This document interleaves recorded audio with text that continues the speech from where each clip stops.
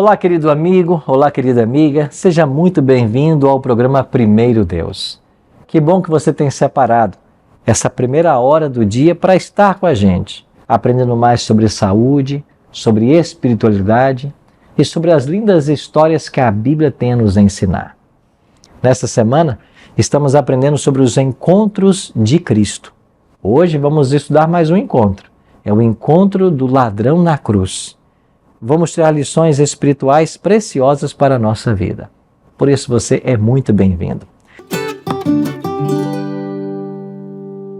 Chegamos agora ao nosso quadro sobre o momento da saúde aqui no programa Primeiro Deus. E a gente convida você para o nosso desjejum, para o nosso café da manhã, todos os dias. E nesse café da manhã a gente traz muitas instruções para ajudar você a ter boa saúde. Lembre-se, o nosso corpo é o templo do Espírito Santo. E Deus quer que você tenha boa saúde para que Ele possa habitar no seu coração. Essa semana vamos ter a alegria de receber aqui a doutora Fabiana Mai Bandeira. Tudo bem, doutora Fabiana? Muito prazer em estar aqui com você hoje. Quer dizer então que você é manezinha da ilha? Manezinha da ilha de Florianópolis, Santa Catarina. Olha, que alegria poder ter você. Olha, eu queria apresentar para vocês a nossa convidada. Ela é médica especialista em psiquiatria, membro da Associação Brasileira de Psiquiatria, especialista em medicina interna, especialista e professora de pós-graduação de medicina legal e tantas outras coisas. Foram 6 anos de medicina, 2 anos de clínica geral, para ser especialista também, 2 anos de psiquiatria e 2 anos de medicina legal. Por quê? Porque a medicina é legal? É para isso que a gente estuda medicina legal? Então, toda a medicina é uma área muito interessante, né? E a busca da especialização é sempre para a gente poder oferecer o melhor para cada pessoa. Ok.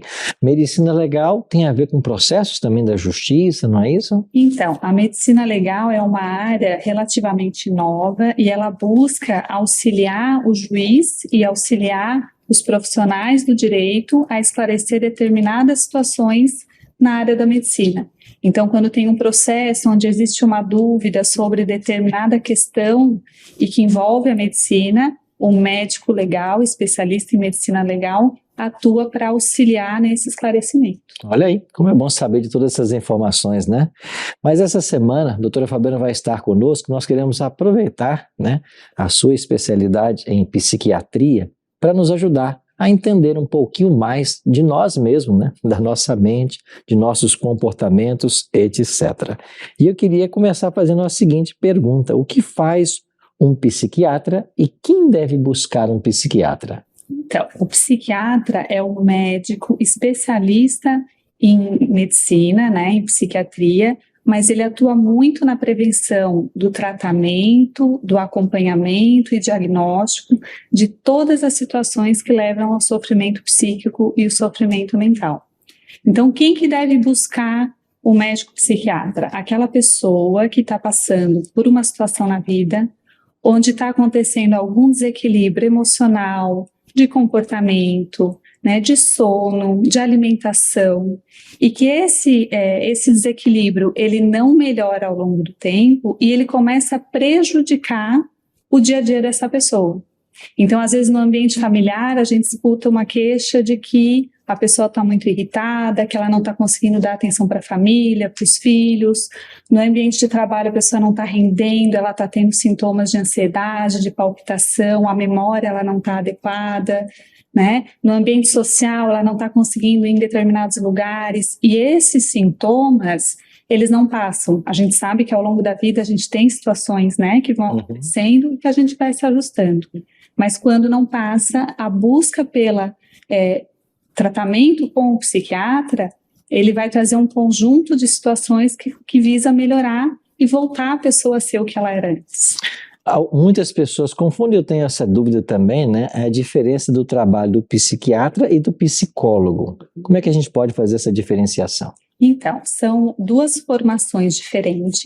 Então, o psicólogo, ele tem uma faculdade que visa o conhecimento de toda a psique humana, mas o enfoque principal é nas terapias, é no desenvolvimento das terapias.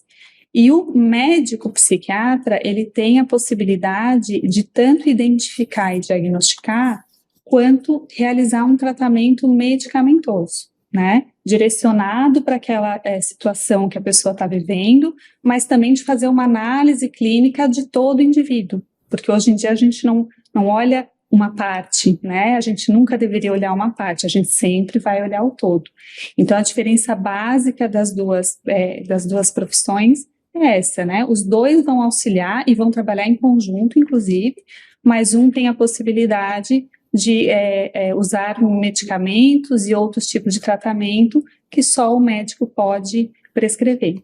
E como é uma consulta com um psiquiatra? Então, é muito importante a gente conversar sobre isso. Por quê? Porque muitas pessoas ao longo da vida, elas vão tendo dificuldades e elas mesmas identificam uma necessidade de consultar com um psiquiatra. Mas a gente sabe que, historicamente, existe um preconceito, né? Existe um estigma ainda hoje, que é muito trabalhado pela Associação Brasileira de Psiquiatria, contra o estigma das pessoas que apresentam em determinado momento alguma necessidade de tratamento de algum transtorno mental. E o que é importante as pessoas entenderem é que a consulta com o psiquiatra, ela segue o mesmo princípio de outras consultas. Quando a gente consulta com um médico, porque a gente está com asma, a gente busca um tratamento, a gente conversa sobre aquele problema e a gente tenta uma solução, né, uma melhora daquele problema. O psiquiatra é a mesma coisa. A pessoa vai buscar o tratamento, vai trazer as questões que são importantes para ela naquele momento, vai ser conversado sobre essas questões, a gente vai conversar um pouquinho sobre a vida dessa pessoa, sobre as doenças que ela já teve, sobre outras condições que ela ainda tem, né? Tem pessoas que têm problemas de tireoide, por exemplo, que é uma glândula que se situa aqui e que dá o ritmo do corpo da gente, que quando ela está desregulada, ela pode causar ansiedade, ela pode causar falta de energia. Então, tem outras condições no corpo que também levam a sintomas emocionais, né? E nessa consulta vai ser também, geralmente solicitada num primeiro momento, exames clínicos de laboratório, para a gente ver se a vitamina D está baixa. Hoje em dia a gente sabe que uma vitamina D baixa causa mais sintomas de depressão. Olha. E nesses casos, a gente vai, além de dar um enfoque no tratamento, regular as vitaminas, entender um pouquinho sobre o sono. Em determinadas populações, a gente vai prestar atenção se é uma pessoa de mais idade, tem alguma alteração de memória, é uma primeira vez que está acontecendo aquele quadro, teve uma mudança de comportamento, e daí nós vamos direcionar para exames de imagem. Então, a gente vai pedir ressonância, a gente vai pedir tomografia. Então, é importante a gente conversar sobre isso e reduzir o preconceito e reduzir o estigma, porque é natural que ao longo da vida a gente veja o cérebro como um órgão. E se acontece alguma coisa que a gente entra em certo desequilíbrio e não consegue se regular sozinho, a busca pela consulta só visa aquela melhora. Okay. Então, essa visão mais simplista e não tão, né, antigamente as pessoas falavam, nossa, mas vai procurar um psiquiatra porque não está bem, né? Lá atrás não existiam opções de tratamento e também as pessoas demoravam muito para buscar o tratamento, porque não se conversava sobre isso, né? Se escondia quando alguém não estava bem, quando alguém estava deprimido, as pessoas morriam de depressão. E ao longo do tempo a gente foi vendo que isso também é uma questão fisiológica, orgânica, está ali no cérebro, que é um órgão que precisa de atenção. Olha aí, como é bom saber essas informações, até porque a gente entende então que todo mundo em algum momento da vida precisa passar por um psiquiatra, né? Que bom, vai ser muito bom ter a minha amiga Fabiana. É isso, Fabiana Mai Bandeira aqui essa semana. Ela volta amanhã, ela vai estar a semana todinha com a gente, trazendo aí esses conselhos e orientações importantes. Vamos tratar de vários temas essa semana e você não pode perder. Muito obrigado, doutora, e amanhã a gente continua, né, a nossa conversa. Agora então vamos para o momento da oração intercessora com os nossos pastores.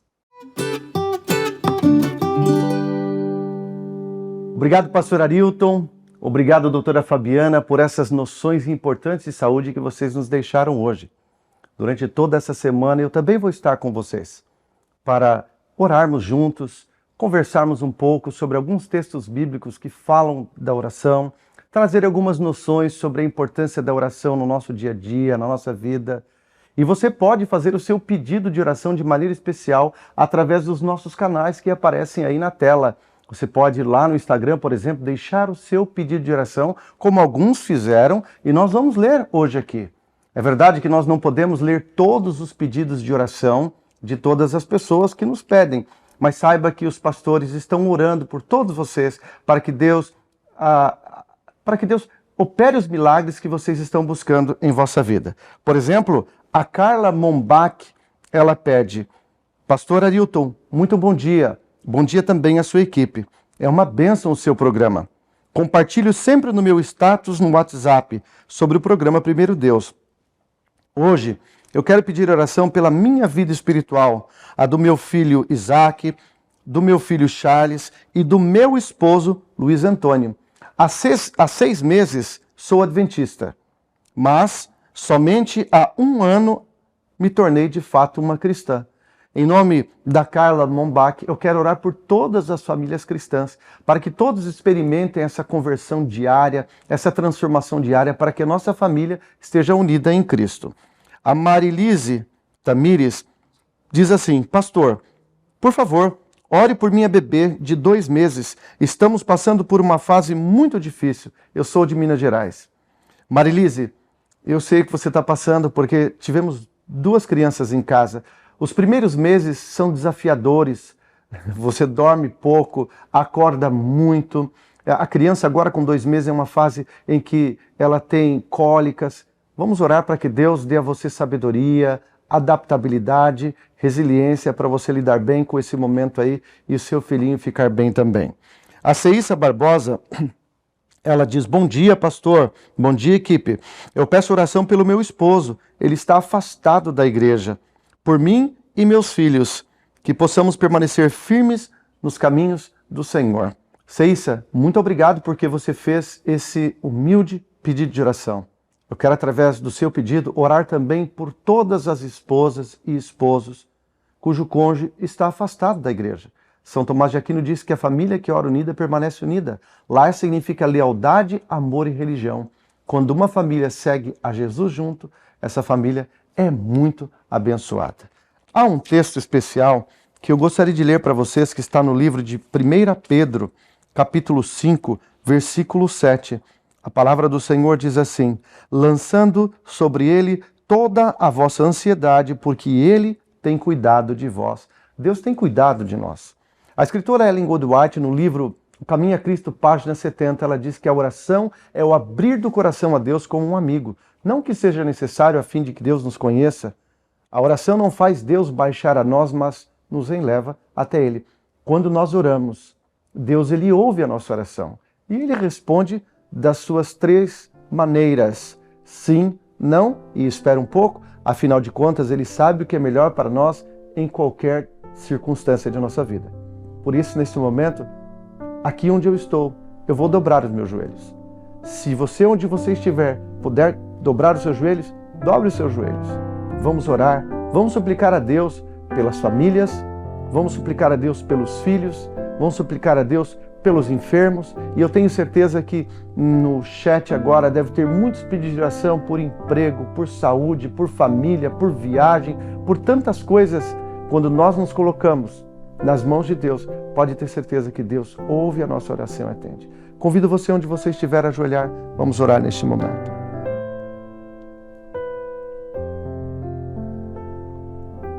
Querido Deus e Pai,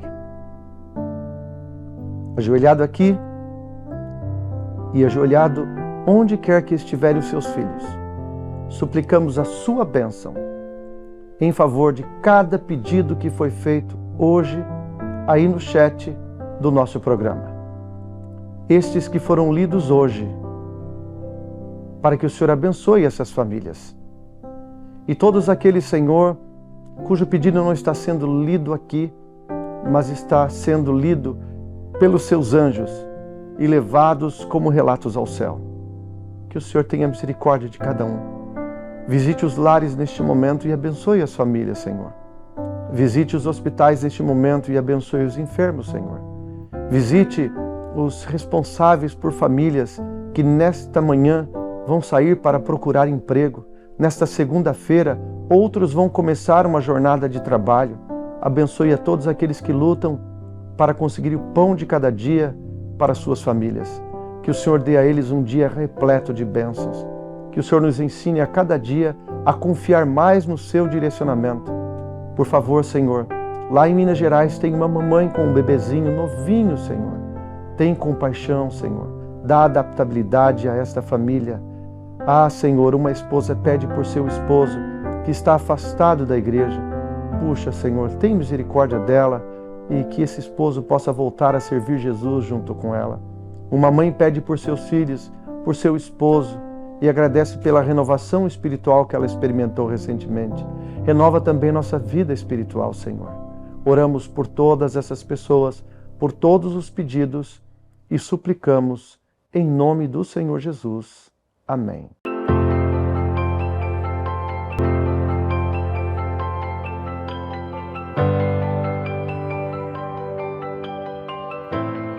Bem, chegou agora o momento de juntos estudarmos a Palavra de Deus. Todos os dias temos um encontro marcado para estudarmos esse livro. O conselho é nunca sairmos de casa para as nossas atividades diárias sem antes ouvir a voz de Deus através da sua palavra. É muito bom ter a sua companhia. Obrigado, viu, por estar conectado com a gente nesse momento. Estamos no programa Primeiro Deus, ao longo dessas semanas, estudando sobre encontros de Jesus. A cada dia, um novo personagem. Hoje, nós vamos estudar sobre o encontro da cruz. Chegamos ao momento em que Jesus foi crucificado e, ao seu lado, 2 ladrões. Lembra? A tradição atribui a eles como o bom e o mau ladrão. Eu não sei se tem ladrão bom, mas assim fala a tradição. Jesus estava ali ao centro, 2 ladrões ao lado, e esse foi o encontro da cruz. Vamos meditar um pouquinho nessa história? Antes, porém, eu e você somos convidados a nunca abrirmos esse livro sem antes orar. E eu queria orar com você agora pedindo a bênção de Deus para o estudo que nós vamos ter. Ora comigo. Pai Celeste, muito obrigado pelo grande privilégio que temos de nos reunir mais uma vez para estudarmos o Teu livro sagrado. Queremos abri-lo e lê-lo. E nós queremos convidar também ao Deus Espírito Santo que esteja conosco agora. O Senhor prometeu que quando Ele viesse, Ele nos levaria a toda a verdade. Queremos compreender as verdades que o Teu livro nos ensina. Por isso, abra nossa mente à compreensão e o nosso coração à aceitação da Tua palavra. É a nossa oração em nome de Jesus. Amém. Muito bom ter a sua companhia para mais uma história. Chegamos a mais um encontro e hoje vamos aprender sobre o encontro da cruz. E o texto separado para hoje está aqui em Lucas, no capítulo 23. Eu queria começar com o verso 33, depois eu irei para o verso 39 até o 43.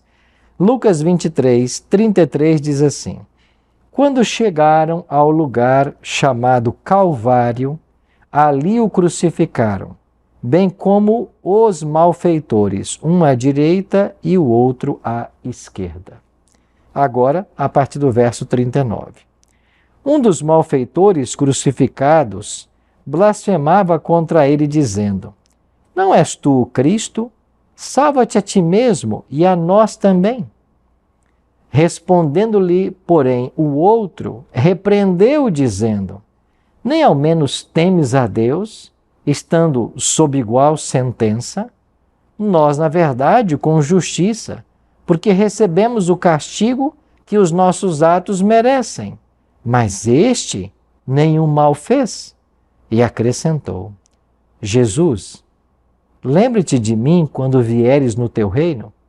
Jesus lhe respondeu: Em verdade te digo, hoje estarás comigo no paraíso. Esta é uma das cenas mais extraordinárias descritas no Evangelho. Estamos no momento final da vida de Jesus. Falamos do momento da sua crucifixão. Ao pensarmos hoje um pouco a respeito do evento cruz, o nosso coração se enternece diante de tanto amor manifestado nesse ato, no ato de Deus se entregar para morrer em nosso lugar. Você vai se lembrar que Cristo foi crucificado numa sexta-feira. De acordo com o Evangelho, Jesus foi crucificado às 9 da manhã. Ao meio-dia, houve trevas sobre a terra. As trevas duraram até às 3 da tarde. E às 3 da tarde, Jesus morre. Você percebe que há todo um cumprimento simbólico de tudo aquilo que foi profetizado no Antigo Testamento? Na realidade, Cristo ele é o cumprimento de toda a tipologia do santuário e das ofertas do Antigo Testamento. E lá em Israel, quando o santuário foi construído por Moisés, haviam 2 sacrifícios diários. Um cordeiro morria às 9 da manhã e um outro cordeiro morria às 3 da tarde. Esses 2 cordeiros, chamados de sacrifício contínuo, eles apontavam para o momento da cruz, para o momento em que Jesus daria a sua vida por todos nós. Nas palavras do profeta Isaías, lá no capítulo 53, que é um capítulo messiânico, Isaías descreve de que Jesus seria levado ao matadouro e como ovelha muda ele não abriria a sua boca. Isaías descreve que ele foi traspassado pelas nossas transgressões e moído pelas nossas iniquidades. O castigo que nos traz a paz estava sobre ele e pelas suas pisaduras fomos sarados. Em outras palavras, foi o sofrimento de Cristo, foi a sua morte, foi as suas feridas que trazem para nós esperança de salvação e vida eterna. Agora, nesta sexta-feira, por ocasião da Páscoa, Jesus é crucificado cumprindo a tipologia do santuário. Na hora em que o cordeiro matutino morria, às 9 da manhã, Cristo estava sendo crucificado. Na hora em que o cordeiro vespertino era sacrificado, 3 da tarde, Cristo estava dando o seu último suspiro na cruz do Calvário. E ali, Cristo morre, cumprindo toda a tipologia do santuário. Mas eu queria chamar a sua atenção hoje para os momentos antes da sua morte. Estas 6 horas que Jesus passou na cruz crucificado. Você vai se lembrar, e nós estudamos já aqui, o momento em que Simão Cirineu ajuda Cristo a carregar a cruz até o Calvário. E quando eles chegam lá no Calvário, Cristo então é colocado sobre aquela rude cruz, suas mãos e pés são traspassados, depois a cruz é erguida e solta numa cova preparada para ela. É claro que essa cruz, ao atingir o fundo da cova, o corpo de Cristo pendeu sobre a cruz e isso provocou uma dor insuportável. Cristo estava ali, como Cordeiro de Deus, dando sua vida por todos nós. Ele estava morrendo a nossa morte. Porque a palavra de Deus ensina que o salário do pecado é a morte. Nós pecamos, ele nunca pecou. Ele não merecia aquela morte. Aquela morte era nossa. Você entende, amigo? Amiga, você entende o que está acontecendo na cruz? Jesus está pagando o preço do nosso pecado. Ele está morrendo a nossa morte. Paulo ensina que o salário do pecado é a morte. Quem peca tem que morrer, mas ele nunca pecou, ele não merecia a morte. Essa é a estranha obra do Evangelho. O justo morre para que o pecador viva.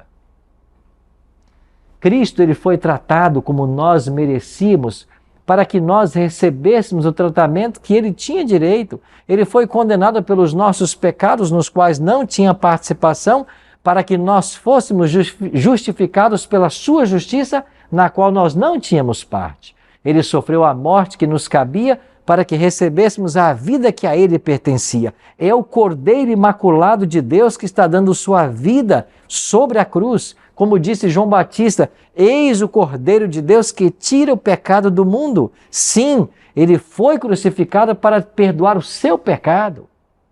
Ele morreu para que você não morresse eternamente. Maravilhosa obra de Deus. Esta é a obra do Evangelho. na cruz de Cristo, a esperança de perdão e vida eterna para todos nós. A esperança de perdão. Você não precisa se desesperar. Há esperança para você. Você não foi longe demais porque o amor de Deus te alcança. O amor de Deus te traz de volta. E esse amor maravilhoso de Cristo foi manifestado em todos os momentos do seu ministério. Mas eu queria convidar você agora a nós viajarmos. Nós íamos lá 2000 anos no passado e nós refletimos um pouquinho a respeito da cruz, do evento da cruz, dos seus últimos momentos. Essa ginástica é importantíssima que seja feita. A nossa mente tem que se demorar na vida de Cristo, especialmente nos últimos momentos. Eu jamais me esquecerei de uma vez, eu li um relato de que alguém ouviu Billy Graham pregar certa vez. Aquele famoso pregador que faleceu alguns anos atrás, a quem eu também admiro. Tenho obras de Billy Graham em casa. Eu li uma recentemente, Jesus e a Geração Jovem. Esse Billy Graham, um tremendo homem de Deus, um tremendo pregador.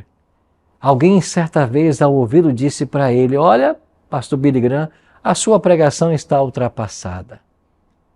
Enquanto você pregava, eu me senti que eu estava vivendo há 2 séculos no passado, porque você está descontextualizado. A sua pregação não está mais atualizada.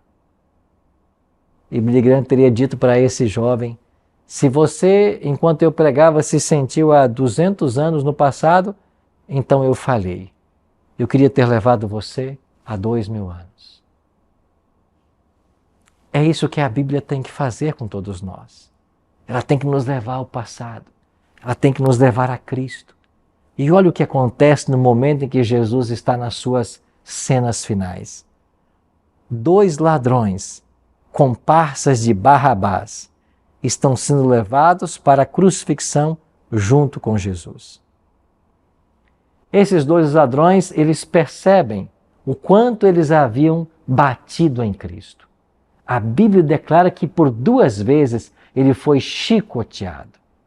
Esses chicotes que tinham em suas pontas bolotas de ferro, ossos, isso quando batia no corpo do preso e eles puxavam o chicote, dilaceravam, arrancavam pedaços.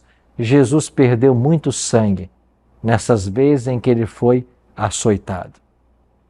Ele perdeu tanto sangue que ele estava fraco a ponto de não conseguir carregar a cruz. Por isso Simão Cirineu teve que ajudá-lo.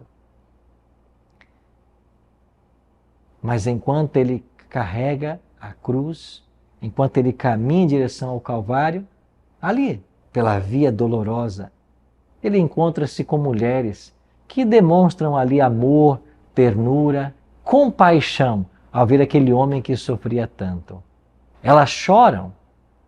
E Cristo não estava preocupado com ele que estava sendo crucificado, mas preocupado com as mulheres que choravam à beira do caminho. Então Jesus disse para elas: filhas de Jerusalém, não chorem por mim, chorai antes por vós.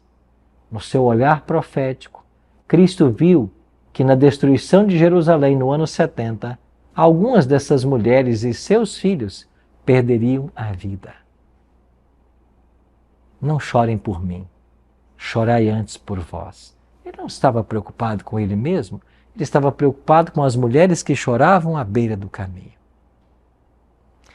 Quando chegaram no local do martírio, no local da crucifixão, os algozes colocaram a cruz, começaram a crucificá-lo, e Jesus, diferente dos ladrões que blasfemavam, que xingavam, que tentavam se libertar, Jesus calmamente aceitou ser crucificado.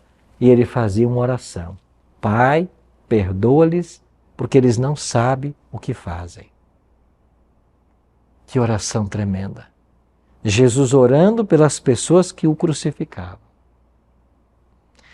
Quando Jesus foi levantado na cruz, as pessoas que por ali passavam, elas meneavam a cabeça em sinal de repulsa. Elas diziam: ele não é o Messias, não é o Cristo. Se você de fato é o Cristo que você diz ser, desça da cruz e nós creremos. Elas injuriavam a Cristo, mas Jesus não ligava para isso. Jesus amava todos os que ali estavam. Ele estava consciente de que o sacrifício que ele estava realizando era para salvar essas pessoas. Jesus veio para salvar a todos, para salvar o maior dos pecadores. Você se sente hoje um grande pecador, uma grande pecadora? A graça de Cristo é para você. É Ele que você quer alcançar. Aquele ladrão observava o porte de Jesus, como ele lidava com cada situação. De repente, Jesus olha para baixo e vê sua mãe Maria e ao lado dela João, o discípulo mais jovem dos 12. E antes de morrer, Jesus se preocupa em deixar um lar para sua mãe e ele diz para João: João, eis aí tua mãe. Maria, eis aí teu filho. Em outras palavras, João, cuida da minha mãe até que eu volte. E de fato, a tradição diz que João acolheu Maria em sua casa e cuidou dela por toda a vida. José não está aí nas cenas da crucifixão. É bem provável que ele tivesse morrido antes desse momento. Maria já era viúva. João, cuida da minha mãe até que eu volte. O ladrão observava aquilo. O ladrão observou quando Jesus disse Eli, Eli, lama sabachthani, que quer dizer Deus meu, por que me desamparaste? O ladrão observava toda aquela cena. Eles trouxeram ali uma substância, uma mistura, para que ele tomasse. Era algo que eles davam que ajudava a aliviar a dor, o sofrimento do crucificado, mas Cristo não aceitou. Ele precisava ter sua mente lúcida para esse momento que ele estava vivendo. E estas cenas do Calvário foram mexendo com o coração daquele ladrão. O texto que nós lemos hoje, chega um momento em que os ladrões, eles estão injuriando a Cristo. A princípio, os dois ladrões injuriavam a Cristo. Naquele desespero de estarem ali crucificados, eles diziam, desce da cruz, salva-te a ti mesmo, a nós também. Nos livra desse sofrimento que parece infindável. E de fato a crucifixão tinha esse objetivo, era que eles sofressem, que as pessoas sofressem, que o crucificado sofresse. Nesse período em Roma, era muito comum a crucifixão. As pessoas eram crucificadas como uma forma de reter as aglomerações ou os movimentos contra Roma, ou então as insurreições, as rebeliões. Eles crucificavam a estes. Os romanos tinham esse hábito de crucificar. Era uma cena cotidiana quase. Mas esse ladrão, observando o porte de Jesus, nós percebemos pelo texto que ele então muda de posição. O seu coração é tocado pela graça de Cristo e ele agora começa a repreender o outro ladrão. E olha as palavras que nós lemos hoje. Nem ao menos temes a Deus, estando sob igual sentença? Agora olha o reconhecimento do seu erro. Nós, na verdade, com justiça, porque recebemos o castigo que os nossos atos merecem. Ele estava arrependido da sua vida de pecado. Os nossos atos merecem isso. Por isso nós estamos sofrendo. E o seu coração é atraído a Cristo. E ele diz para o outro ladrão, mas esse homem nenhum mal fez. O tempo passa. E então o ladrão deixa cair de seus lábios um pedido a Jesus. Lembre-se de mim quando vieres no teu reino. Não te esqueças de mim quando vieres no teu reino. Nessas palavras não há apenas um pedido de socorro. Há um reconhecimento de que Jesus é rei. Ele tem um reino. Ele falou desse reino. Em breve esse reino será estabelecido. Eu quero estar nesse reino. O ladrão tomou essa decisão. Senhor, quando vieres em teu reino, lembre-te de mim. Essas palavras caíram ao ouvido de Cristo como um perfume suave. Quanta alegria Jesus sentiu em ouvir esta confissão, essa declaração de arrependimento e fé provindas desse ladrão. Jesus havia definido sua missão, lá em Lucas 19:10, como buscar e salvar o que se havia perdido. E ali, ele estava testemunhando exatamente isso. Alguém que estava completamente perdido no mundo do crime, agora ele toma a sua decisão, ele aceita Jesus como Salvador pessoal e ele pede que Jesus se lembre dele quando Jesus voltar. Não poderiam outras palavras trazer mais alegria ao coração de Cristo num momento de tanta dor quanto estas. E Jesus, é claro, com toda satisfação, declara para esse ladrão: em verdade te digo hoje, estarás comigo no paraíso.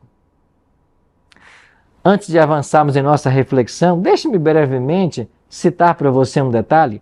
Algumas pessoas querem afirmar que quando Jesus disse para o ladrão, em verdade te digo hoje que estarás comigo no paraíso, Jesus teria dito que naquele dia o ladrão iria para o paraíso. E alguns até, baseado nesse texto, desejam ensinar que a pessoa quando morre já vai para o céu.